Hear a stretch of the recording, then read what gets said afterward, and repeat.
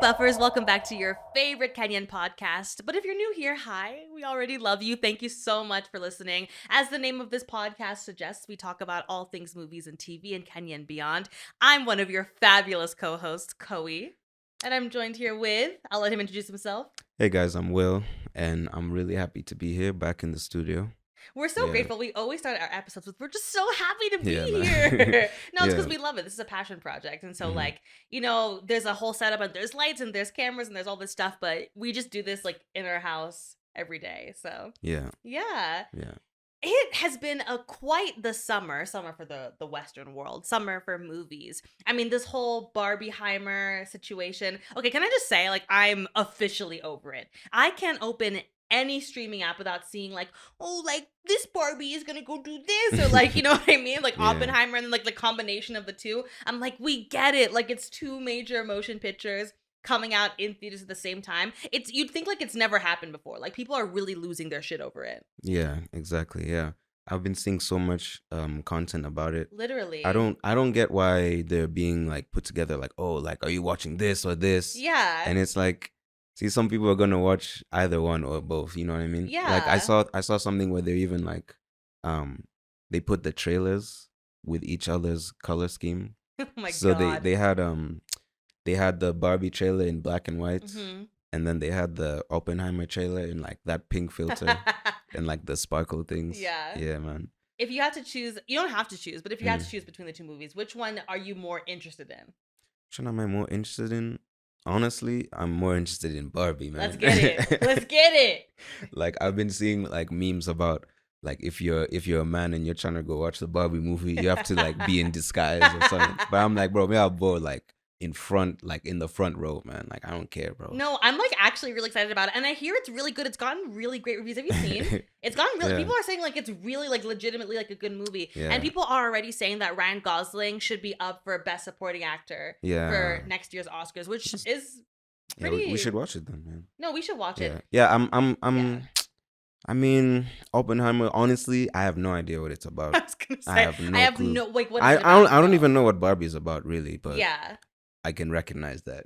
I know a little bit about what Barbie's about. So it's meant to be I don't know. It's the Barbie world come to life, and it's meant to be a commentary on I don't know, man, gender roles. I don't know, some shit like that. That's what for I real? hear. Oh, But then I okay. hear it's not annoying. Do you know what I mean? It's Right. it plays with the nuance as Yeah. well. I'll say. I was wondering what the plot even really is. Yeah. Yeah, but Oppenheimer, it's something about a nuclear bomb. Oh, I thought it was a spy. No, it's No. okay. The only thing I know about it, it's I don't know if it's the guy who invented atomic bombs or something. I actually don't know, but it's it's something about that. Yeah. And then it's there's a scene where they show the bomb. Oh yeah. Yeah, and it's in IMAX. Oh yeah. Yeah. The guy who plays the main guy, he makes me uncomfortable. His face scares me a bit. Which guy is it? I don't know why I feel his name is Callum or something of that nature. I don't know, but his face freaks me out. He looks like a ghost. Yeah, I think I know which guy. It's just He looks like a escaping spirit me. to me. Yeah, I can see his face. I just can't remember the name. Yeah. I know him. Oh, Cillian Murphy. Cillian Murphy, that's his Yeah, name. yeah. Yeah, okay. That was Rick, by the way. That was Rick. Shout out Rick. Shout out Snowball. We love you guys. Yeah, Love to see Cillian your- Murphy. Yeah. No, so that's where I was thinking Callum, yeah. Yeah. But no, That he's makes very sense. his face is very hollow. He feels like he's in between the spirit and the human world. I don't know, it makes me feel the looking at him. I feel He's like actually the perfect guy for that, because I think I've seen the picture of the OG guy, yeah. and Cillian Murphy makes sense. He also doesn't look like he's meant to be in this time. It looks like, I think that's maybe why he makes he's me from uncomfortable. he's from World War II days. That's I'm how his why are you face here, looks. nigga? You should be in the trenches somewhere, legitimate, not the Yeah. fictitious Yeah, trenches. yeah. Anyways, we could talk a lot about Barbie and Oppenheimer and the craziness around it, but that's not why we're here today. Yeah. We're here to talk about two shows that we have binged recently. The first being The Idol, which before we even get into it, we know. We know that you're tired of hearing it. It's been everywhere. There was a period, maybe a few weeks ago when nobody was talking about anything else. It was just a complete and utter social media frenzy in regards to this show. Guys have a lot of opinions. Oh, one thing people have in regards to the show is opinions. And Like I they were haven't seen. just I don't think I've seen any good ones. no, I haven't seen any good ones. Yeah. Like everybody hates this show like Yeah. vehemently, and it's interesting because like I didn't share that strong of hatred I didn't hate for it. it. No. I actually appreciated a lot about the show. There are some missteps, I would say, Yeah. but I think it was a courageous project. I think that with something that is brave and different in the entertainment space, there's gonna be hits and misses, and I Yeah. think that's true for The Idol. But these people who are like, "Oh my god, like this is the worst," like I'm like, relax, it's not that bad. It's not as bad as I feel like people are saying it is, Yeah. in my opinion. Yeah. Yeah. And like, I don't know, just someone who has like a background in music. I work in music. Right. Like, it's I thought it was just cool to just Yeah. kind of see, just the music industry kind of things being portrayed. Like, Yeah. I thought that was just cool. Like, Yeah. aside from like what actually happens in the show. Yeah. Yeah. Also, there will be spoilers for The Idol. So Yeah. just, No, if you haven't sorry. watched it, sorry. You know what I mean. So if you are not familiar with what the show is about, it follows this fictitious pop star called Jocelyn, played by the sensational Lily Rose Depp, who really ate this role all the way up. More on that later. Yeah. And so, so Jocelyn's kind of at a crossroads in her career and her personal life. Her mom recently died, and her mom played like a very big role in her career. Like, kind of think about like, like Mama Jerk, Kris Jenner kind of vibe is what I think they were trying to paint that picture of.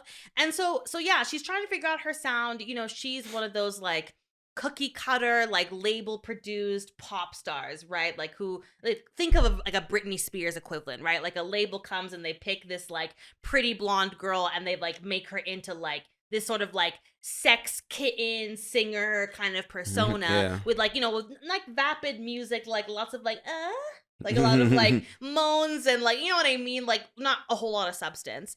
Then Jocelyn meets Tedros, played by Mr. Abel Tesfaye, also known as The Weeknd. The Weeknd. The Weeknd. And so he ends up latching onto her, and he brings his crew of like extremely talented and bizarre people, and they just like, I mean, they leech onto her like they're leeches onto her. They move into her house, and then most of the show is really just them like held up in Jocelyn's like massive Beverly Hills estate. They basically like take control of her creative process and all that. Especially it's weird. The Weeknd, who plays Tedros. Yeah, it's basically weird. Like kind of like it's like he's trying to be a manager kind of thing. Like he's like new in the music industry. Yeah. And he's like found like a few really, really dope artists. Yeah. And yeah, I think those artists are really cool. Like I just thought the music that they were doing for like those guys was they were so dope, good. man. Yeah, like, some of them are like really talented. No, they're really talented, and crazy. they're like real people. Yeah, they're like actually actual like underground musicians. people who I think that we can actually found. Yeah. So like this That's show crazy. plays a lot of like plays with reality a lot. Like, like The Weeknd being this kind of like skeevy like musical genius. Like there's some blending of like now his own like musicality, because like honestly the whole show is like The Weeknd propaganda. Like it is all the music, like it sounds so weekendy. You can tell he was like writing the music. All of it. Like his producers tell, like, was there, Mike Dean. You can just tell like it's all like very weekendy. Yeah. And so so that show plays on that a lot, like reality and like and this idol world, which I think is cool. Yeah. Let's get into the performances. So I want to talk first about everyone's controversial like actor, Abel. Yeah. So people were just like tearing him a new one online. They were like, this is terrible, like his sex scenes are so cringy. I mean, I think people are being a little harsh. I think that there were times where I think my biggest criticism of his performance, that I feel like he was very much leaning into this caricature of like this like skeevy, like, like music industry guy. Yeah, and I felt like his character lacked depth. Yeah. Like point blank, period.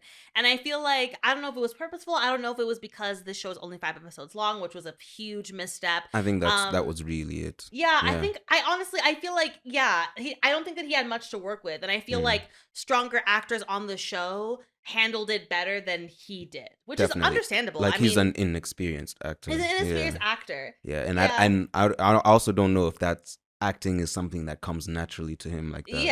Yeah. Like I think he really like, I think he had a very particular vision in his head and stuck to it the entire time. Like, Yeah, I think yeah. I would have been curious to see, okay, well, I wonder what had happened if he had more room to play, more room to experiment. Because it felt like he It's was, also just the amount of time. But yeah, like, because if it was a movie, he would have had even less time. But yeah, like, I feel like the script would account for that.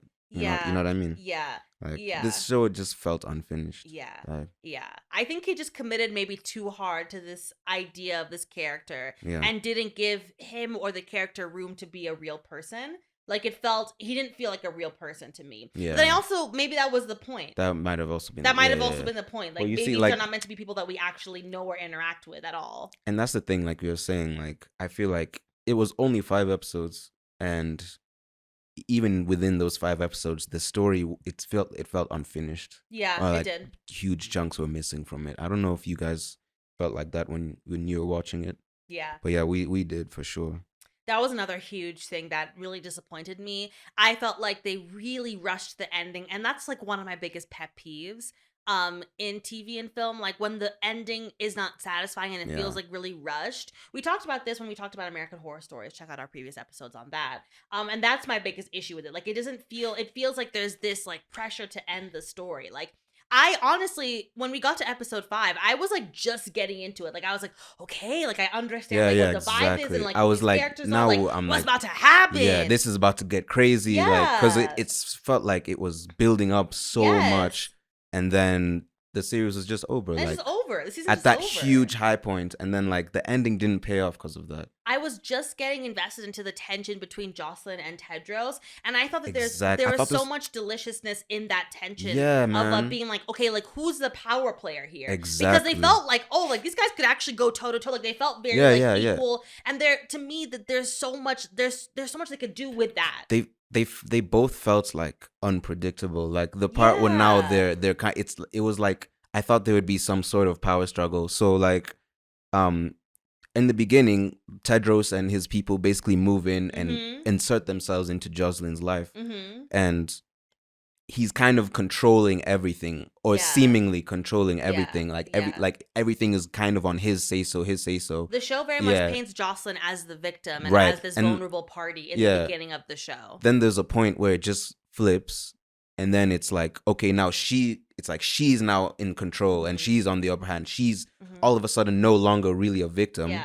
With her And showcase. That's really yeah, when it yeah, yeah. happened. And it's Which just, was but like episode even 4. leading up to it. So, like Yeah, fair. now when there's a point where she basically tells Tedros to get the fuck out of the house, but she's Yeah. still fucking with his people that he brought, like his Yeah. artists. They're my people Yeah. now. Yeah. So she just tells him to leave, Yeah. and then he refuses to leave, but they're just basically ignoring him and they're Mhm. working on music. So he's just kind of like moping around the studio, just drunk. I think he was like on drugs. Yeah. Yeah. And just like, Truly moping. just kind of being like an unwanted villain in the house, and no one's really paying him any attention. Yeah. So for me, during that time, I thought like a storm was brewing and he was going to do something Yeah. unpredictable Yeah. and crazy. Yeah.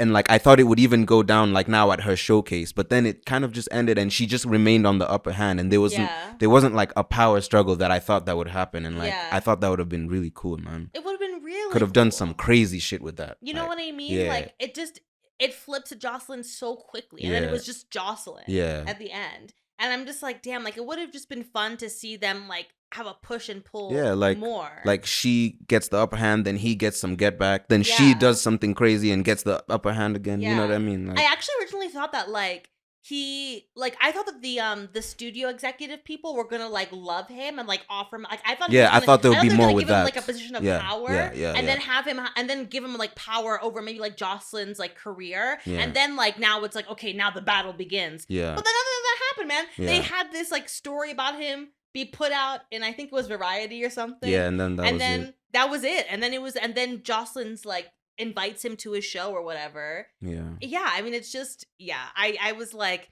I don't know. I liked the idea of Jocelyn being the actual power player and Tedros being her muse, but I wish that was we waited longer to learn that. Yeah. You know what I mean? Like I wish Yeah. we could have sat in this idea of Jocelyn being a victim a little bit longer so that the The payoff would would have be been better. better. Yeah, I Yeah. think that's my biggest thing. Yeah, exactly. All right. So if you had to give the Idol a grade, A Mhm. through F, if you will, taking it A back to th- school, A through F. what would you give it?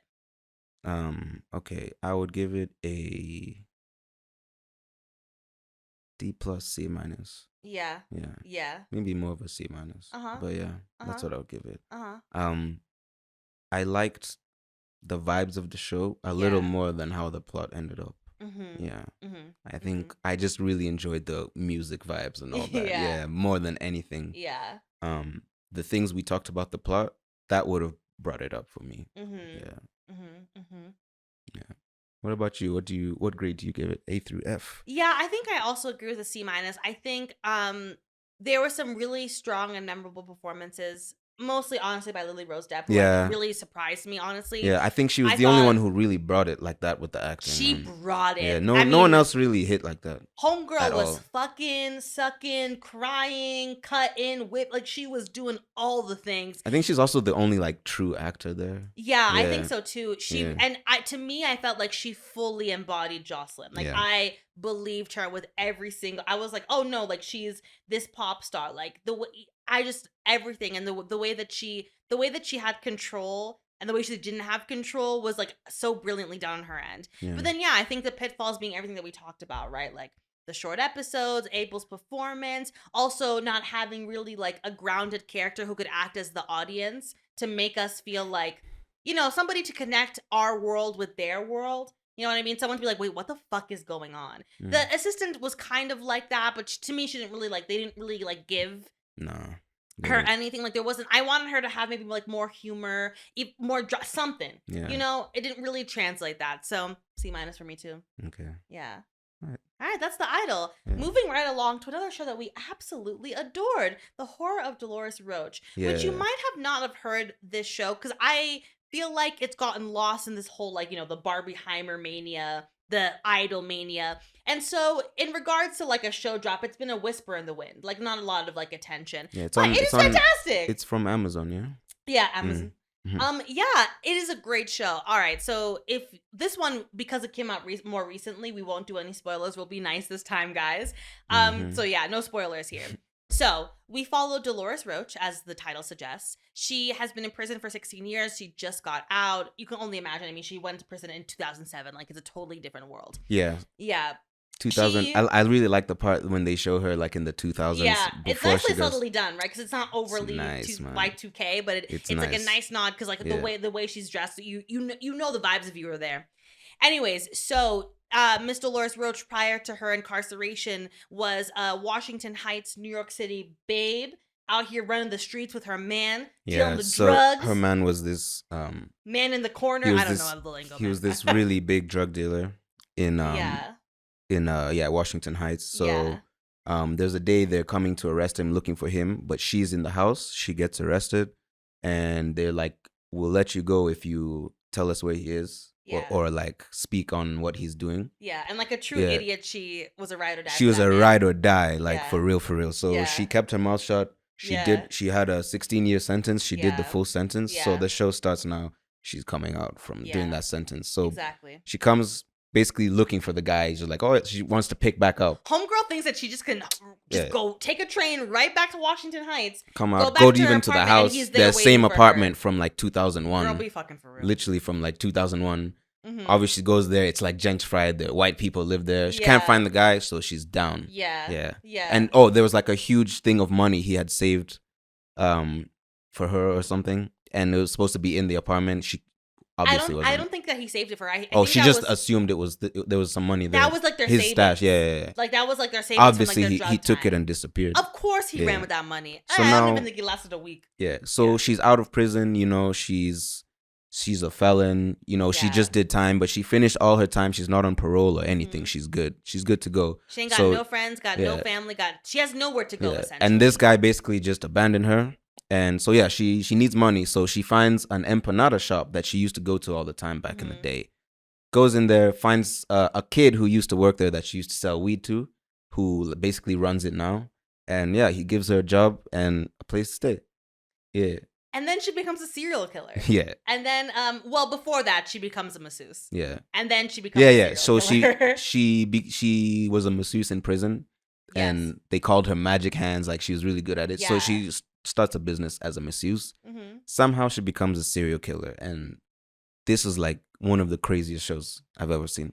For The real, show, man. yeah, it's so fun and it doesn't take itself that seriously, which I really enjoy. Yeah. Often sometimes, in the horror, thriller, drama, like, sometimes it can be like so serious. I like that Mm. the show was like super funny and super fresh and it wasn't yeah, like it was a really fun ride. I really Yeah. liked the way in which the story was told because we have two different timelines. We have present day, then we have the past, which is when like the release from prison that's happening technically in the past. Yeah. And it's just like it's great. It's such a fun watch and It's so good. it's so intoxicating. It's a really good thriller. Sometimes it's like actually scary. Yeah. And Yeah. it's disgusting. Ew, Like, it's gross. It's Ew. really disgusting. It's but like so gross. a lot of the things like really shock you, But then Yeah. it also has a really like lighthearted vibe to it, and it's funny. Yeah. You know what I mean? But then it can get really serious and deep. Like, yeah. yeah. It's 20-minute episodes, so it does kind of follow that like 20-minute sitcom Oh, they're only format. 20 minutes. Yeah, that's why I didn't we even killed realize. it, like, in like 2 seconds. I didn't even realize they were short Yeah, like I that. think the last episode was like 40. You know how they be Oh, doing that yeah. sometimes. Yeah, and so yeah, it felt like very concise and tight and like really just like fun. Loved the show. Yeah. Yeah. Shout out to my girl, who plays the main character. What's her name again? Justina Machado. Justina Machado. I Yeah. cannot remember her name, but I adore her. She was in, if you've seen One Day at a Time, it's the mom character. She's lovely. And what I really like about this role for her is that, like she typically has played somebody's mom, somebody's older sister, like a maternal, nice kind of like supporting character. Yeah. So to see her be in this like vivaciously maniacal lead character, this villain, anti-hero, I love that for her. Yeah. And I thought she was fantastic. I thought It was she was so great. good. It was so good. Yeah, I enjoyed it so much. She's a great man. anti-hero Yeah, because yeah, in a yeah. lot of ways I was like, no, get him. She's get also him. really funny and just interesting. And funny, yeah. And she's a nice person that you want to like root for her because like she's been wronged. You know what I'm saying? Yeah. Her man wronged her. You know what I'm saying? Yeah. She had a 16-year bid. You know what I'm saying? And then just like she's dealing with like the realities of being like an ex-con and like all you know what I mean, like all this kind of stuff, and you're just like you root for her, but then you also are like, bitch, like you are losing this plot. Yeah, man. You are losing the plot, man. Yeah. It's a great show. The supporting actors were crazy. They killed Yeah. it. Had Cyndi Lauper was there. Love Cyndi Lauper. Yeah. That's honestly the only person from there that I know. No, you know Judy Reyes. What's Judy Reyes? She was Marcy. She's from Scrubs. Carla from Scrubs. You know Carla from Scrubs. Marcy. I forgot about. Yeah. I forgot about her. Yeah. That was a great. Oh yeah, Judy Reyes. Yeah.